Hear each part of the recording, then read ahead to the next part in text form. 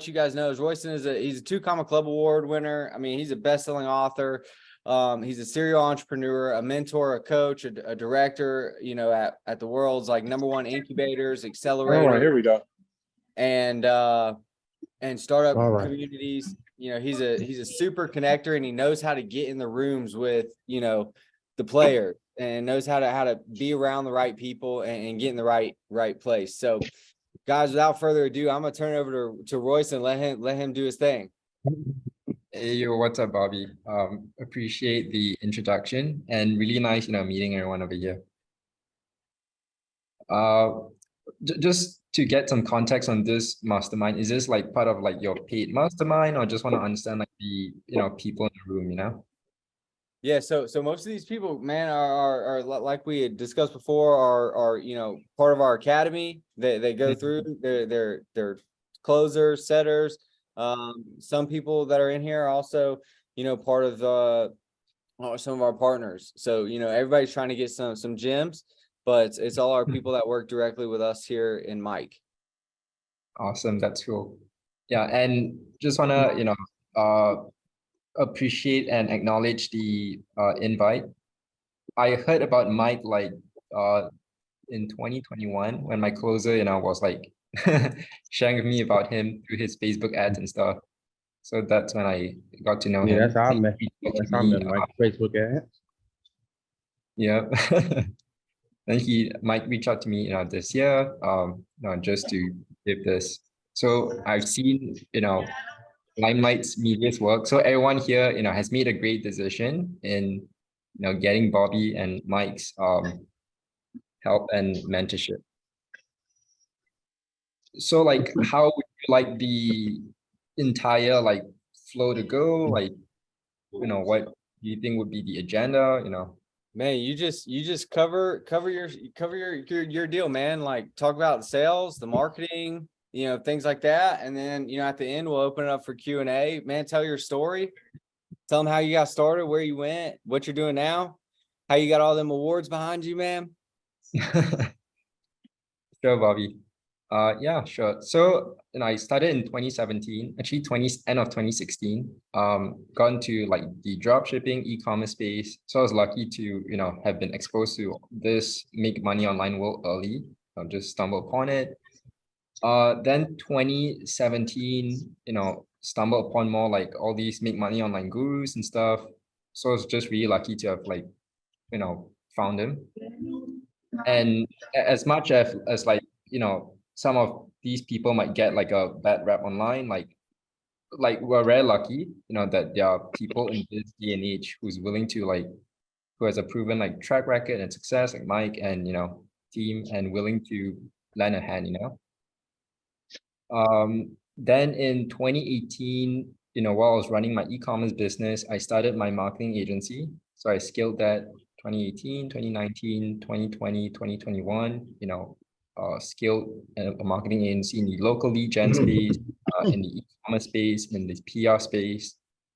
So that at the end of 2021, then now I transitioned to being more of like a coach and advisor to big companies, as well as, you know, helping like everyday people start an e-commerce business right now. So I just want to all right. short and succinct, you know. That's awesome, man. So tell us about like who you follow, man. Like how did you really get started, and like how did you really jump into it? I got a question. Yeah, we're gonna get to questions here in just a little bit. That's what you meant by Q&A. Yeah. We're not ready Okay, all right. Q&A just yet, but All right. you know, but let's let's talk about, you know, kind of like, you know, what led you to your success, you know, and any gems you picked up along the way. Sure.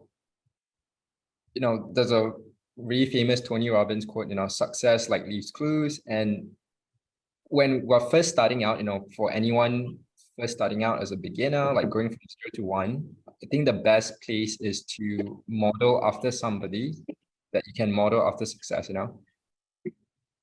Like rather than like, you know, starting something super difficult and stuff, it'd be easier, you know, to take the step-by-step, you know, steps. So for example, like whether it's, you know, being a closer, that's a really good opportunity. That's already proven. The path is really, you know, you're not doing anything like risky. It's already proven. It's just a matter of like making it work out, you know. So I took that same path, you know, when it comes to drop shipping, marketing agency, like the path was really laid out when I was learning from all these people. Then I just like followed it and here we are, you know. I got you. So like what were some of the like big things that you did to generate your success though? Like obviously you followed success leaves clues and things like that. But like what are the things that like really made you successful? The people that you learned from, that you took their stuff, implemented it. What are the books that you read? You know, what really directed you that way and what drove you to be like so hungry? Sure. So a couple of questions there. So just going through a few questions you asked. In terms of books, like I was reading books in like I think 2017 and stuff. But after that, I still want to read books, but I just got really busy. So I'm more of like watching videos or like summary of books and stuff. People like, you know, distilling it, so it's faster to consume, you know, for at least for me. When it comes to like mentors and gurus, like I literally like subscribe to everyone, you know. So I believe there's something we can learn from everyone, but it's very important that you vet, you know, who you're learning from, you know, because there's a world of difference learning from like the best versus like learning from like the number 10, you know. So like always like make sure like whoever you're learning from, you know, they're the best, they have a proven track record for themselves, you know, they've had created success for other people. So I'll say that's like the biggest way to see who to like learn from. Then the other question of, you know, being hungry and stuff. So I think everyone also knows like, you know, people either like move away from pain or move towards back in like 2016, 2017, while I was still like in college, I even showed this in my video training, you know, like when I was in USC, University of Southern California, I had like less than like $1,000 on my bank account. I was like, whatever I had, you know, was just like enough for like food, rent. So I think that place of struggle, and also like, you know, I was having my previous formal girlfriend at the time, and like I couldn't like really afford to like, you know, eat out and stuff. So I think I was fortunately or unfortunately came out from a place of like desperation. That really drove me, you know. Like I told myself, you know, I have to like make this work, you know. I gotcha. So how did you move from like going from, you know, the e-commerce space? How did you how did you pivot and start becoming the coach and things like that of all the big name brands and the A-list celebrities and things like that? How did you become that coach and mentor, you know, for them on how to like, you know, generate their stuff online? Like, how did that happen for you? Yeah, sure. So it was like a, you know, evolution of steps. And like for me, I only started coaching like really late, you know, when I've like done like most of the stuff. I started in like drop shipping, e-commerce, marketing agency for local businesses, then marketing agency for the e-commerce businesses. Then I also have like a PR agency. When I was like doing a lot of PR myself, then I discovered a lot of secrets, you know. So that's where like, you know, we partner with like A-list celebrities to like other like you know, PR people as well. For the big e-commerce brands I'm helping with right now, there's one, you know, it's a public listed company, Samurai 2K Aerosol. They are doing 25 million revenue a year. They're valued at 100 million market cap. You know, it's all public. Like a lot of these, like I was really lucky, like, you know, I came across them. And by the time like I already had like the proven track record. So when you Google me and stuff, it was very easy to, you know. Yeah, so it's more of like an evolution of steps. One led to another. And the reason I started coaching like recently, say it's start of this year, is because like I've invested in like 6 figures in like mentorships, programs and stuff. I noticed like a lot of them weren't really good. So I thought like, hey, you know, we're more experienced, you have a better track record, you know, we know how to do things better. So we thought, you know, why not like help people as well? I gotcha. And who are some of those like, you know, big time people that you invested, like your mentors? Who are your mentors? Like obviously Mike has his people like the Myron Goldens, the, you know, Russell Brunson, things like that. who were your chosen mentors that you chose to like really get your information from and really, kind of push your success? So many. If you name like any big names, out there, like I think I've probably like bought their courses and stuff. Um, yep. As you said, Bobby, like Russell Brunson, that's a really good one when it comes to like funnels, marketing and stuff. Like the 3 books, like .com Secrets and other 2 like books, really great like fundamentals. Yeah. Then Myron, that guy, he's also really solid when it comes to the like online marketing world. Yeah, but there's so many of them that whoever I think is like legit, like doing big numbers, and I slowly like try to learn from them. I got you. So can you tell us a little bit about like how, and really when I say a little bit, like let's elaborate on this one, because I think a lot of people are really curious about this, right? Because you're a super connector, right? You're good at getting in the right rooms, you're good at connecting with people and making sure like, you provide value to them while also, receiving value from them as well.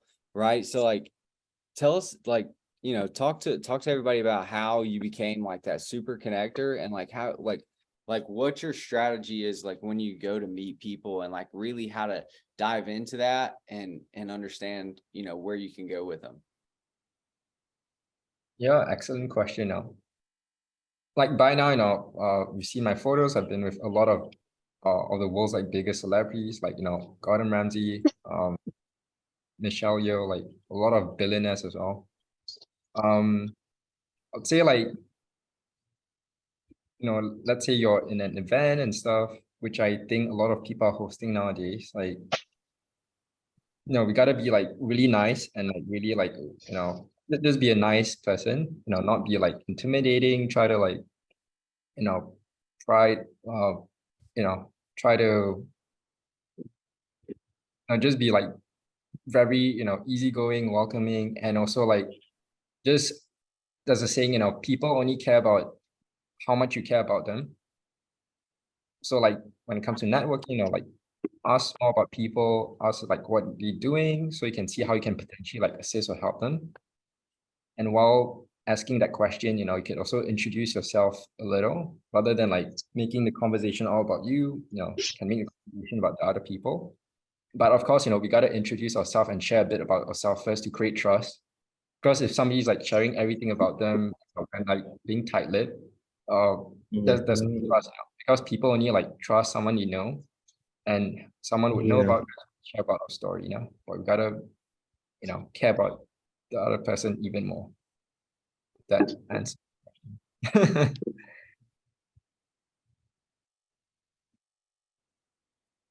Does that answer your question, Bobby? Yeah. So here's what we'll do, man. We're gonna open it up for Q&A, right? Unless you have like some stuff you want to tell them like about sales or about marketing in general, like, something that you can like really dive into and, that you're passionate about that you think will help these guys, right?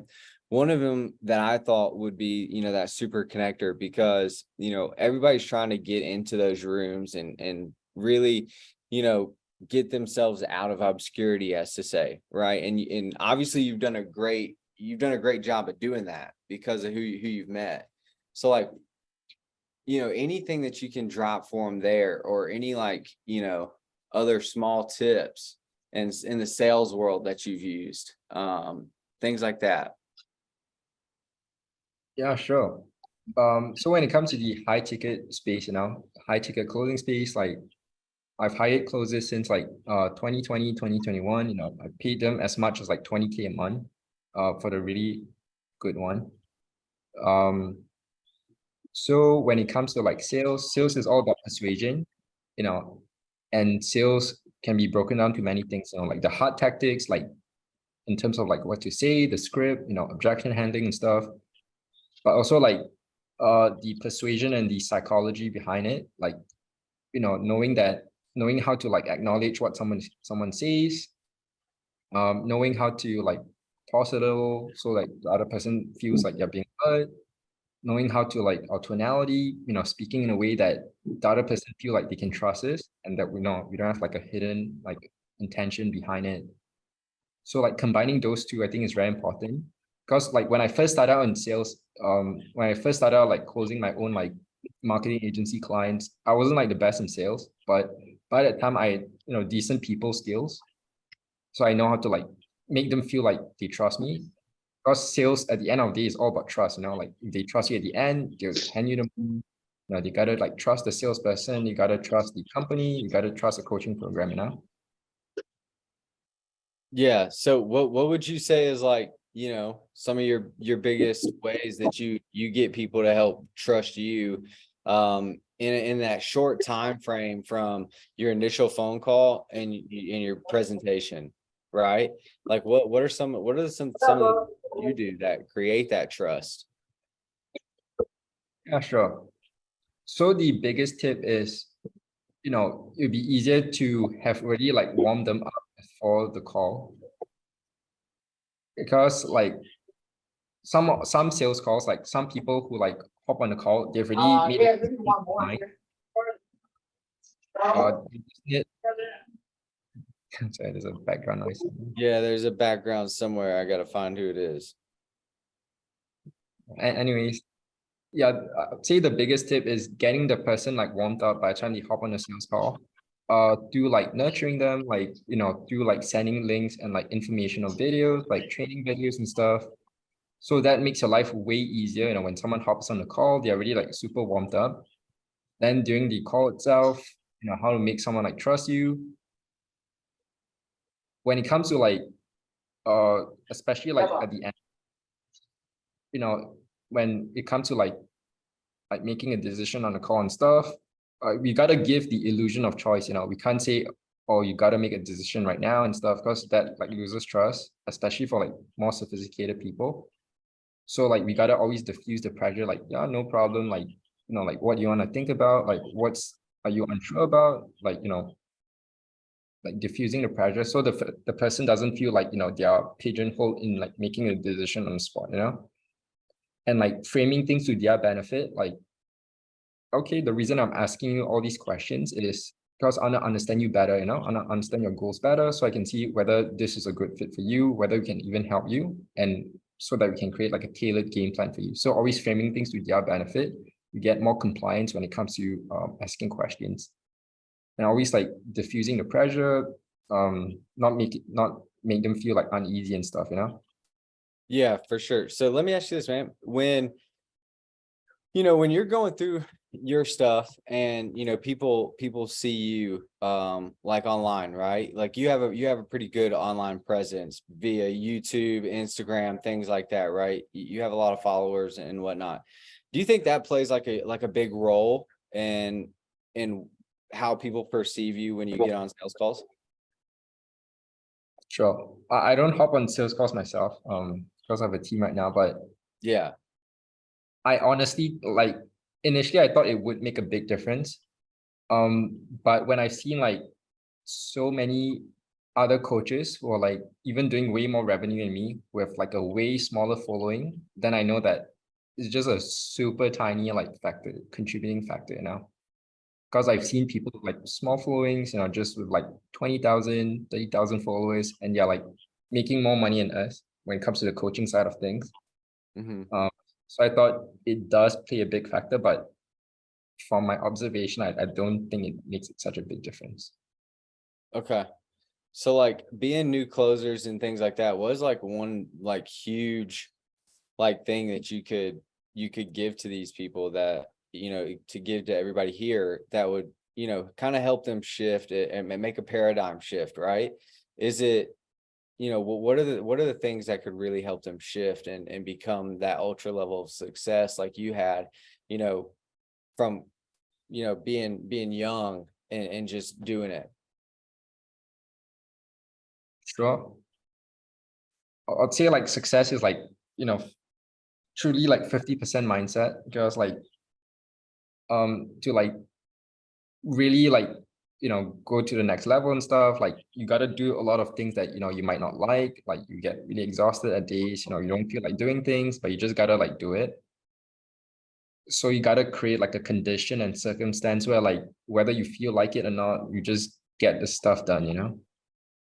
Gotcha. So in like, what was that? What's that condition or circumstance that you do for yourself now, being where you're at? Like, when you first started, we know where you were, right? You had like $1,000 and you're like, dude, this sucks, right? Yeah. And now you're like, a multi-millionaire, but how do you continue to have that same hunger? Like, what is the game you play with yourself to make you stay that hungry? Yeah, sure. So at this point, like, I'm lucky to have a great team, so it's like wanting to groom and grow my team and not wanting to like let them down. That's one of a big factor, because like all these people, so many people are like depending on me, and I really want to build, these people up for the long term. So I just gotta like get it done because I know other people are relying on me, so that's one. The other one is like being in a room like this, surrounding yourself with like all these like-minded people, that helps a lot as well. Gotcha. Okay. All right. So guys, we're going to open it up for Q&A. If you have some questions, let's get those hands raised and let's start asking some questions, right? Royston has a lot of knowledge about a lot of different things. So whatever's on your mind, let's ask him. David, what you got, man? Yeah. Hey, Royston. So you said that you worked with like some of the top celebrities, like A-list celebrities and stuff like that. What was like your strategy for kind of like locking them into a partnership with you? Sure. Those aren't like really like long-term partnerships. It's more of like the big A-list celebrities. Those are like do like some PR stuff. It's more of like a short-term thing. And that Okay. was like another connection of mine. So it was like two them that I did it with them. But when I was running ads like this, like Hollywood celebrity who's like a actor for like I think Netflix or something, quite big one. Like he came through my funnel. Okay. Then then from there like I connected with him. Wow. How did he find out about you? I was running ads. Yeah, Facebook, Instagram ads. Then so often he came through the funnel. Then he sees that I'm someone that can be trusted. I just made time to like text him personally and stuff. Okay. So did he come through like an actual click funnel? Like we're using click funnels from Russell Brunson to actually generate that, and you were targeting the A-list celebrities? Like that was like your target audience, your avatar that you were trying to go for? No, I was going for a very broad interest, like people who's interested in like Shopify, e-commerce, like ClickFunnels. You can target, I think Russell Brunson on the Facebook ads targeting, and like so happens someone came in because it's such a broad targeting, and like all these interests, have such a broad appeal that some of these people, might have expressed those interests and be fall into the funnel to it. Gotcha. Matthew, what you got, man? So in regards to getting your foot through the door to rise to an opportunity, right? I just want to discuss personality wise. So introversion and extroversion is a spectrum, but it's far more easier for an extrovert to get the foot through the door just because they're more engaged with their outer environment. Meanwhile, introverts are more internal. So the question I have is for an introvert, because they're going to question every single outcome that comes with socializing with people. So how can an introvert get their foot through the door and try to like, I guess, receive that same opportunity? Sure. And is this on the context of like networking, like in person and Yes. stuff? Yes. Sure. So I'm not an expert in like introverts, extroverts and stuff, but from my knowledge so far, like I've seen like, extroverts are like, maybe people who like, they are very good with like, meeting like brand new people, like, like a lot of people. While introverts, it's more like, when you get someone that you can connect with, you can vibe with, then it's like having a deeper conversation, Okay, that makes sense. Yeah, so it's like two ends of the spectrum, like extroverts, introverts, and it's always good to like know when to adjust yourself. If you're in a room of like so many new people, we gotta like go outside our comfort zone and like introduce ourselves to other people, meet new people. But when we're having like a one-on-one conversation with someone, we can't just be like super flaky and like make the other person feel like we're not paying attention to them, Yeah. So it sounds like what you're saying is like go deep, but actually listen to the response, right? Don't just ask the question to get an answer and then be ready to ask another one. Actually ask questions to listen and then, respond after. Exactly as what you said. Yeah. Okay. All right, Malachi, what you got, man? Yeah, 100%. Well, Royston, man, the first thing I want to say thank you for being here and offering value. Congratulations on your great success. Obviously, with success comes some adversity. What's a time when you faced major adversity and how did you overcome it? Sure. Like depending like what sort of business model you do and stuff, there are a lot of adversities that are tied towards that sort of like make money online opportunity, So like being a closer has its own like adversities, like starting like a whatever business, e-commerce business, whatever has its own adversities, So like I feel like plenty.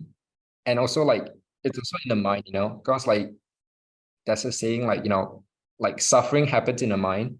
So like an adversity to someone can like the same adversity can happen to two people, but one person can treat it like, oh, this is normal. This is like something I can grow and learn from. Whereas the other person is like, oh, this is really bad. So it's also like about our perspective and mindset. But let's say we get like a normal adversity that most people would feel a lot of stress and pressure in. I found that, from like many years of like experience as an entrepreneur, that if we are able to have the fortitude to like weather it out, we'll eventually like be able to overcome it, It's just like having the fortitude, mental fortitude of like going through like suffering, knowing that, okay, eventually this will all be resolved, Did that answer your question, Malachi? Yes, sir. Thank you. All right, cool. Tanisha, what you got? Good evening. And I wanted to say thank you again. Thank you, Bobby, for moderating. Awesome questions. And thank you, Royston, for taking the time out. And congrats on all your accolades. And my question is, I am in the same coaching space as you. And I just want to know how you were able to, like you said, you saw in other individuals in the same arena, and they're reaching financial plateaus or financial goal revenue, right? With a small following. So I want to know on my end, how do I go from, obscurity to people knowing me and also wanting to tap in with me and actually work with me, knowing that I have the sauce, I got the stuff that they need, but they just need to get to know me. Sure, very good question. So when it comes to marketing, it's all about like, it's like a funnel, It's like, as you say, going from like Tinder date to like Netflix and chill, So it's all about like, how can you bring someone from like, from the Tinder date to Netflix and chill? It's all about like, building trust, adding value, like spending time with them and nurturing them until they get to the end of the process, So like, do you recommend ads and things like that? So funny. Or are you recommending like, she get on live events, or do Facebook, Instagram live consistently, YouTube live, things like that? Or is it more about the advertisements and getting it in front of the right avatars is I think the actual question. Sure. I think it's like everything. How do we get like people in front of us? It's either like running ads or like, being in front of them somehow, like messaging them, like cold DMs and stuff. Really depends on like your offer. Then once we get them in the door, send them like some nurturing videos, as what Bobby said, those nurturing videos, so they can like hear, see how you sound, and like you adding value to them, do it to nurture them down the process. Love that. Love that. Thank you. The nurturing videos. That's my gem. Thank you. No Awesome. problem. Oscar, what you got, man? I need to see your face if we gonna answer your question, man. Hold on one second. I got my laptop on the stand. Hey, let me move it real quick. Anyways, I'll get started with my question while letting everything load up. Yeah, you're good, man. Let's go. My name's Oscar. It's nice to meet you, Royston. Thank you for your time, but big congrats to all your efforts. I can see they're paying off, and I hope you're enjoying them to the fullest. Earlier, you mentioned, one of my favorite quotes, success leaves clues. I'm assuming it's from Dan Pena. Maybe somebody else said it, but are you referencing Dan Pena? I think it originated from like Tony Robbins. Like a lot of these quotes, yeah, it gets like re-quoted, but it all originates from like this one higher source. Yeah. Okay. That's one of my favorite quotes. That's absolutely true. One thing I do see in successful people such as yourself, you're confident in what you're talking about. What are the steps that it took you? Was it your successes or your failures that really got you to build the confidence that you have now, that you're able to help others with their business and just build relationships with them? Yeah, I think that's a really good question. And that's a big one that I think like is really important, yet I think few people ask confidence, because like confidence, is like it's really pivotal and gives us like the ammunition and the fuel to like do a lot of things, So when first starting out, like I had the confidence because like, I was like a people's person and stuff. So I knew how to like, converse with people and stuff, make friends and stuff. So that gave me that initial confidence. But when I was first starting out, like totally broke and stuff, you just gotta like envision your future self as your present self. And also just, how to say, like, I don't use the wrong terminology, but just pretend that whatever success you want to achieve, that you've already achieved it.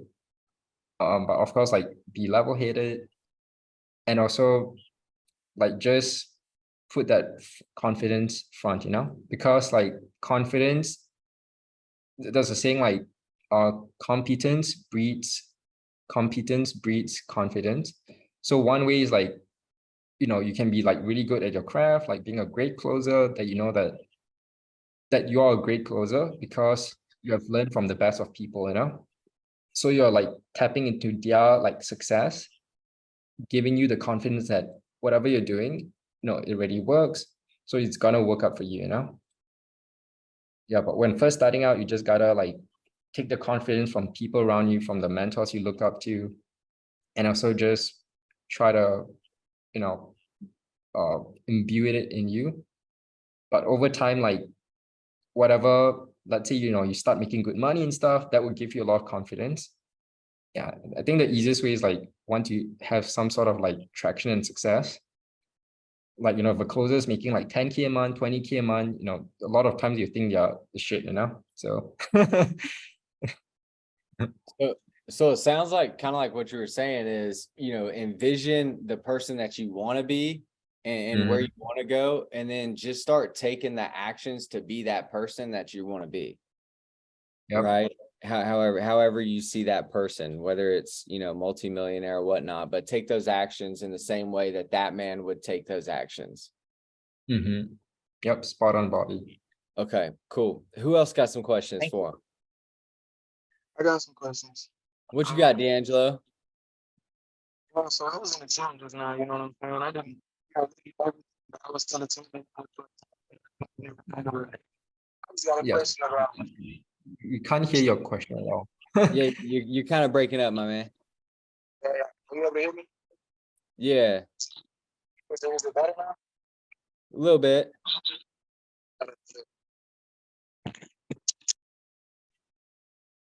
Well, he jumped out. I'm sure he'll jump back in here in a minute, and we'll be able to answer his questions. Who else got another question? Jaffa, what you got, man?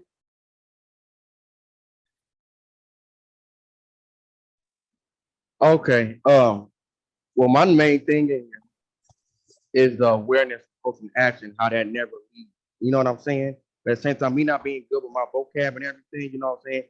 How would you, Bobby, and Royston explain that? You know what I'm saying? And how the connectivity of affinity, the ARC, and the agreement, you know what I'm saying, applies. It just like, at the same time it's different, at the same time it's the same thing, and it works with each other.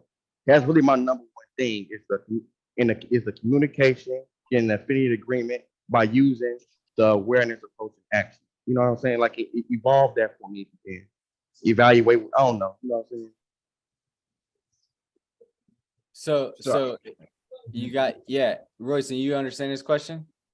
No, sorry, I didn't understand. It's all good. So just so I can clarify to make sure we understand the question, like what you're saying is that the vocabulary that you have isn't, extraneous. And what you're trying to figure out is how to, communicate at a high level and build ARC by having a smaller vocabulary. Is that the question? Yeah, that's exactly what I'm saying. Because I know you can use it through awareness, approach, and action. And every time I talk to my supervisor, my mentor, my coach, that's all I ask. That's all we really talk about. So that it don't never be. That's how you're gonna start. That's how you're gonna finish. You know what I'm saying? You use it without even doing your job. You know what I'm saying? You need it everyday life. And then somebody, I forgot who said. I think D'Angelo like said something. The intention thing. You know what I'm saying? Like have slicing your way through what you want. You know what I'm saying? And then the certainty, that's insisting. You gotta insist on what they want. They gotta trust what you did. And when it comes up true, then you got them forever. Right. So Royston, I mean, the ultimate question is, how do you build the vocabulary? So like when you're first starting out and you're not, at a point where you're like, you've got all of the vocabulary that you need, right? How do you build that, but while building it, really start to create reality and affinity and communication with somebody? Yeah. That's a tricky question because like a lot of our vocabulary like is built up when we're younger, right? But even when we are an adult, we can keep like improving on our like vocabulary and stuff by like like do reading or like do like when we're like watching something on something, then like a word like pops up, just like learning what it means and stuff. I would say the easiest is just like, given your situations, like watch other people's like calls and like really adapt to it, because like when it comes to closing, it's all about like adapting to the person you're on a call with, the person's like a bit mellow and stuff, they're a bit like chill and stuff. You gotta like match them or just be a bit higher. But if somebody's like super pumped up, they're super excited and stuff, you gotta be there, And if somebody's like, they sound like really sophisticated using all those like vocabulary and stuff, then we just gotta like try to adapt to them. However like they sound, you speak to, just gotta adapt to them, Yeah, so I think somewhere where like you can relate it, Royston, is to go from, being in college, right, and now talking to people like Gordon Ramsay, the Grant Cardones, the Tony Robbins, those kinds of people, right? They speak differently than, a lot of other people, right? So like you had to learn and adapt that. So how did you learn and adapt that way of speaking with those people? Is I think the ultimate question. Sure. So the way of speaking with somebody, like a vocabulary, the vocabulary is just like a small part of it.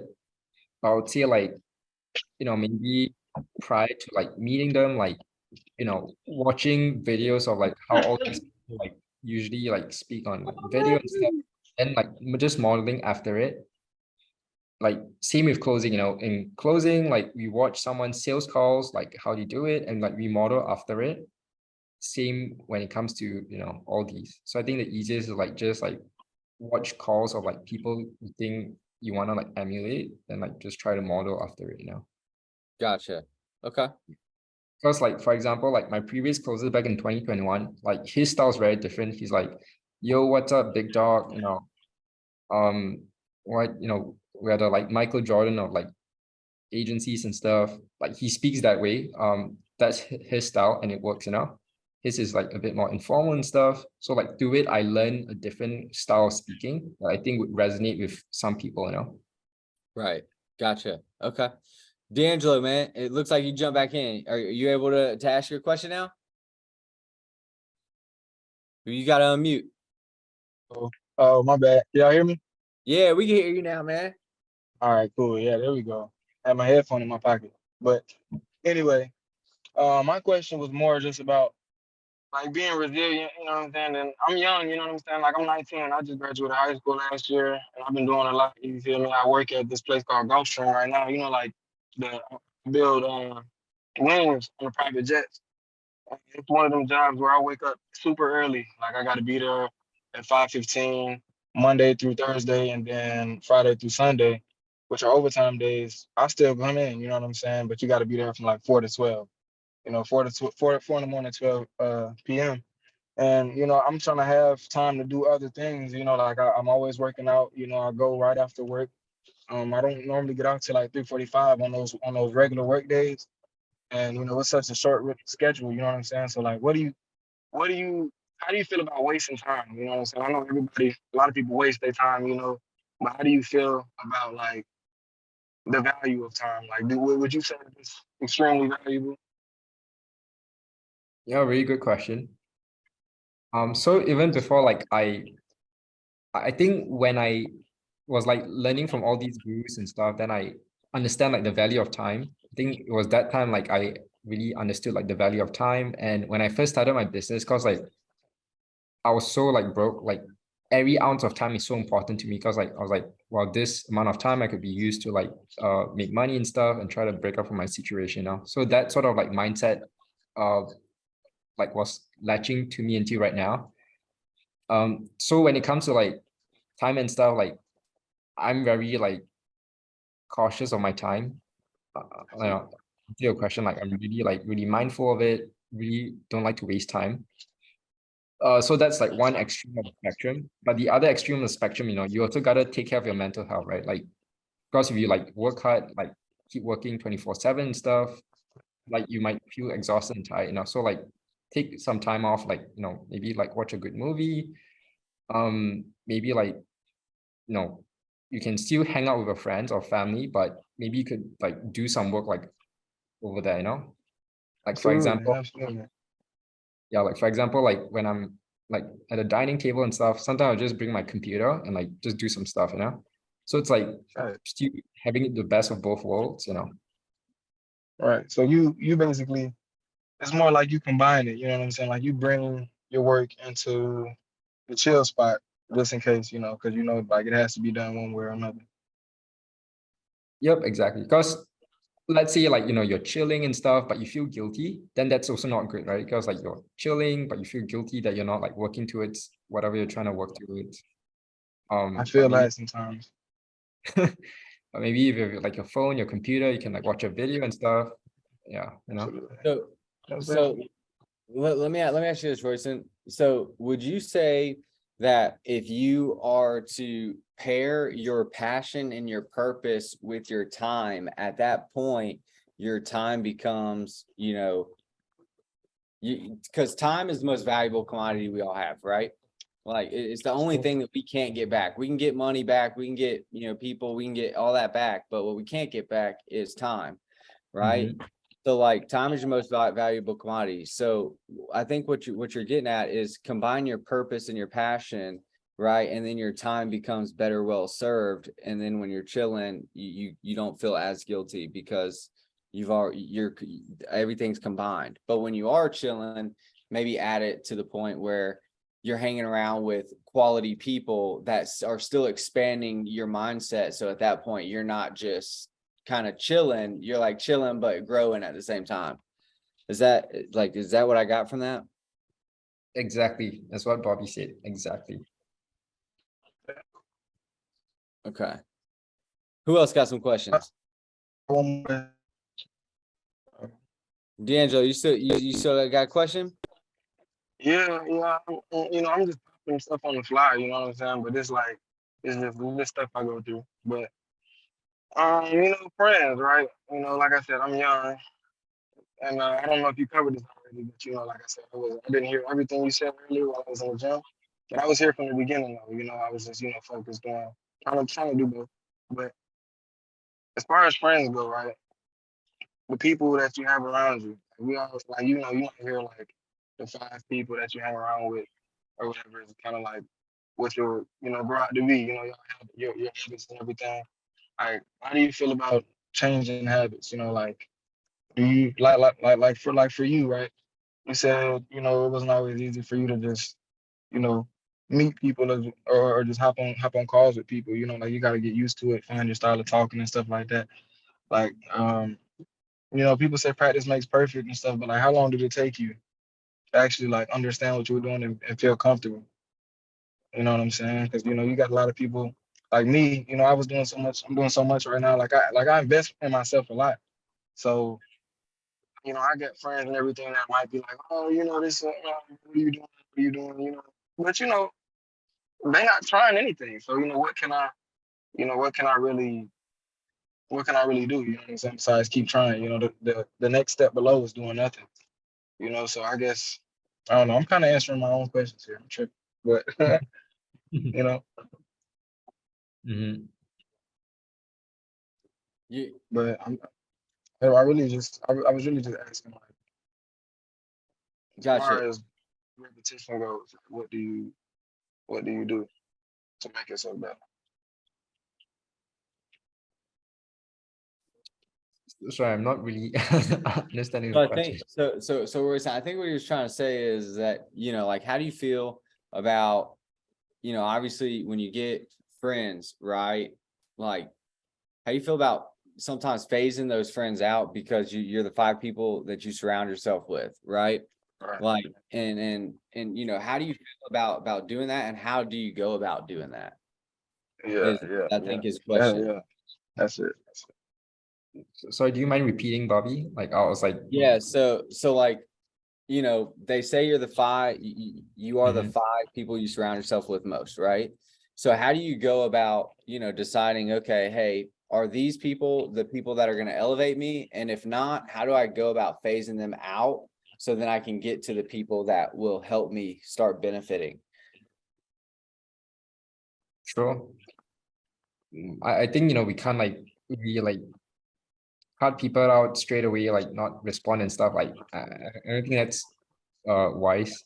Like I still like, you know, respond to people and stuff, but it's just like an allocation of time. So let's say like, you know, like responding to a text, you know, it's really quick, you know, just so that, you know, we don't ignore people. But let's say like, you know, somebody like wants to hang and stuff, then you just gotta be wary of time, you know, and just like let people know you're busy so that you can focus on your time, because you know our time's like really limited, especially when you're trying to like venture to these sort of like make money online, like you know, opportunity like being a closer and stuff. Like all your time is like really precious, because that could be the difference of you like making, you know, making like a lot of money, making like quantum leaps and improvement and stuff.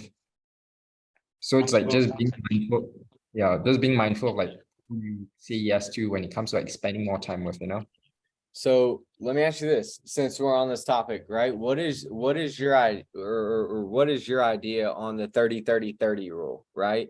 30 per, you know, the 33.3% of your time should be spent with people above you, 33.3% should be spent with people on the same level, and then 33.3% should be spent with people below you to pull them up, right? What is your concept on that, and how do you operate on that theory?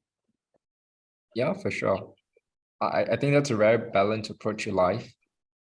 But you know, some people like depends on different stages of life. You know, like when I was first starting out, like I only had like I was only like spending all my time, you know, with people like above me that I can learn from.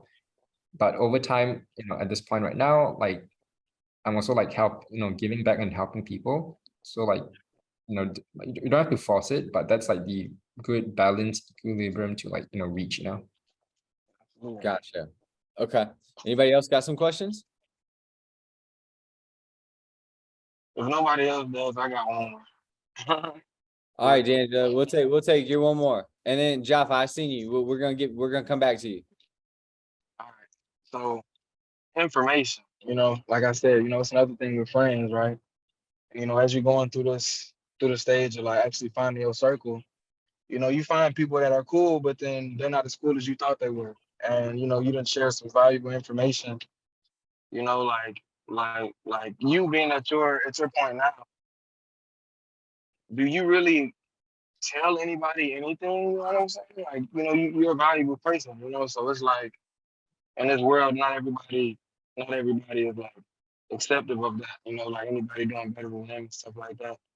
So like how do you go about stuff like that? Like do you ever get any hate, Yeah, that's a really good question. Like, I understand what you mean. Like certain people, like, yeah, there's like certain people in our life that if we are not doing very well, then like, they're like indifferent, they don't care. But if we're doing well, then like they might get a bit like, weird and stuff. So it's a matter of like surrounding yourself with people who are supportive, that if you're like having whatever success, accomplishments, that they are happy for you, I think those kind of people are really important, and not like surround yourself with people who are like, as you say, we share something, they're like indifferent, or they're like not like cheering you on. Yeah, I do. All right. Jaffa, what you got, man? I know you had one more question. You still there, man?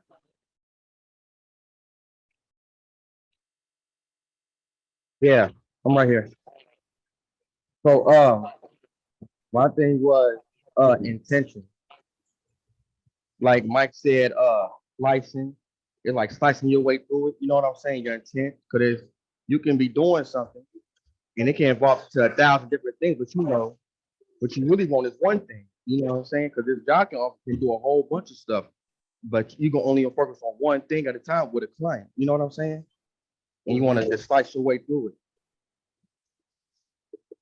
Like it can be a whole lot of different stuff that you can do that day, but you have to follow appointment with the client, be intent, and some people may not like that. Like that may drop some stuff. I just want some advice, like if me slicing my way through it and cutting things that people out and stuff like that, even though I'm not trying to be mean to them, that can, like, you know what I'm saying, it can just like cause frustration and like harm you. And so like I'm just like how would you come back off that?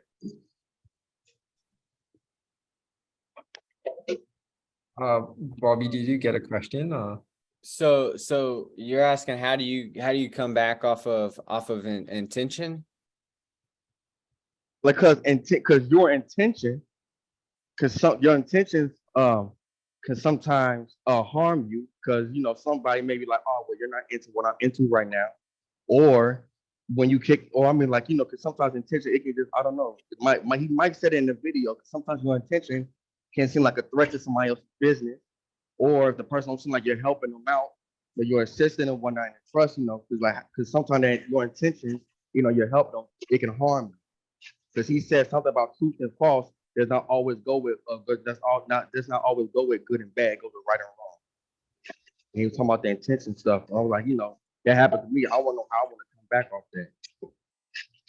Okay, so like when you have like when you set your intentions, right, and you let them know that why you're there, okay, and then you feel like maybe it skews them and they're like, oh, we're not there. How do you come back from that, right? So have you ever dealt with that, Royston? Like you stated your intention to somebody and they were like, oh no, we're on two different planes, but it was really like just a misunderstanding of what intention, where you were at with your intentions. So how do you come back and bring them back full circle is what he's asking. Yeah, I think that's a really good question, because like I think that's like something that's gonna happen throughout our life.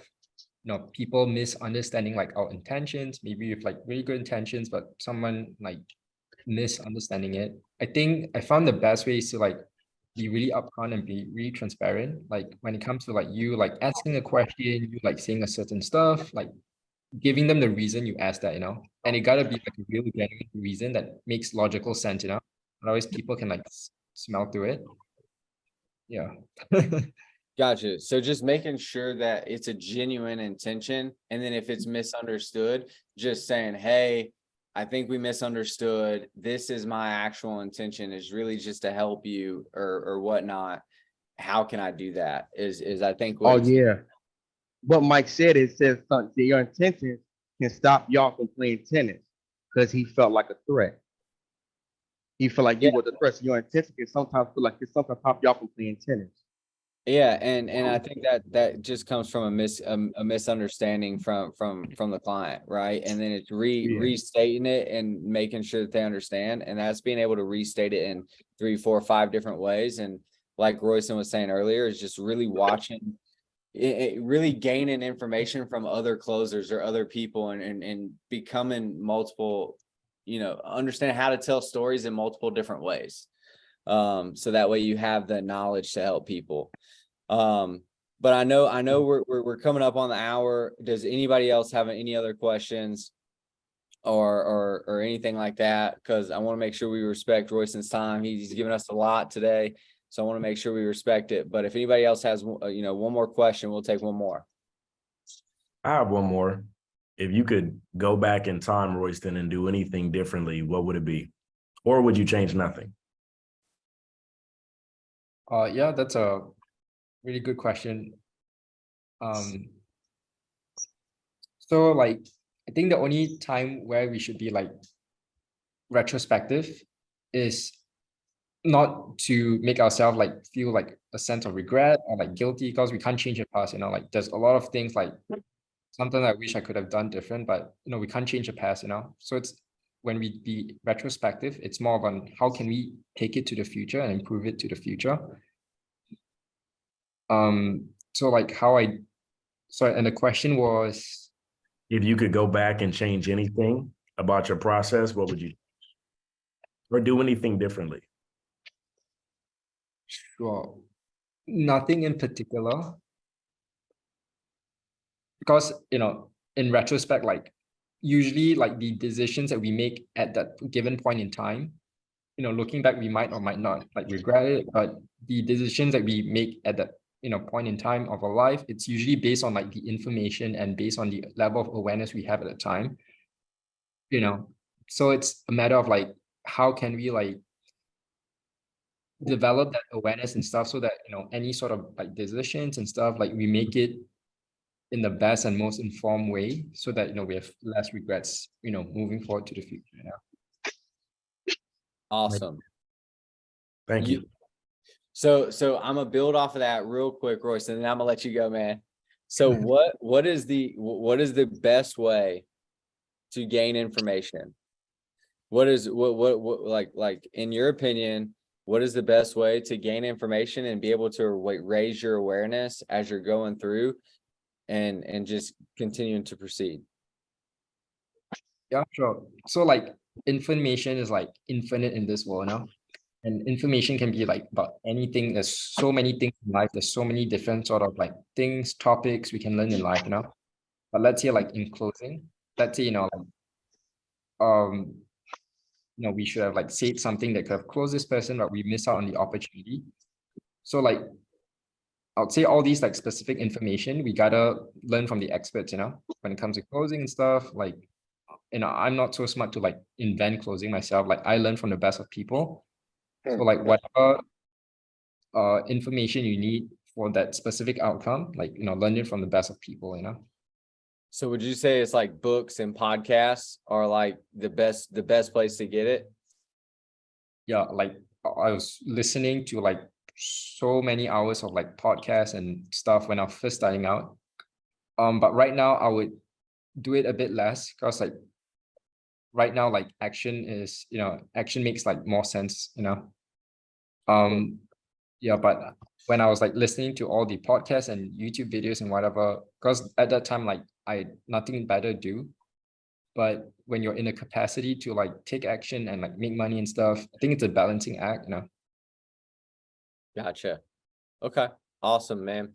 Well, Royston, hey, it was a pleasure to have you today. Thank you so much for coming on and sharing some gems and sharing some wins with everybody. If you have anything else that you want to say, now's the time. Otherwise, we're What goals would you set for beginners? What goals would you set for people like me for beginners? Yeah, a good goal is like income goal, like this. All right. this month like, you want to make this amount of money, then like reverse engineer from there, like how many closes and stuff you got to take and keep like trying to increase it. And I think that's the biggest one, like, improving like your financial circumstance would really improve your quality of living, make you happy and stuff, like, because you don't have to feel so stressed and stuff. So I think that's a good way to hit the goals. Yeah, but really appreciate your time, Bobby. And final call to action, maybe if like, if anyone like wants to connect with me on like Instagram and stuff, just like follow me, Royston G. King. More than happy to stay connected. Yeah, but if you have any questions, can like DM me your questions as well now. Awesome. Thank you so much, Royston. We appreciate it. Everybody give Royston a round of applause. I know I got some good stuff from it. Hopefully you guys did too. So, man, Royston, if there's anything we can do for you, man, let me know, right? You got my number, man. I'm here for you. But other than that, guys, we will see you at the top because the bottom's too crowded. Sorry, Awesome. quick question. Can I get his the IG for Royston, please? I didn't hear. Yeah, it's Royston G. King on Instagram. Royce. Follow Thank me you. back. He only follows 6 people, but hit me back.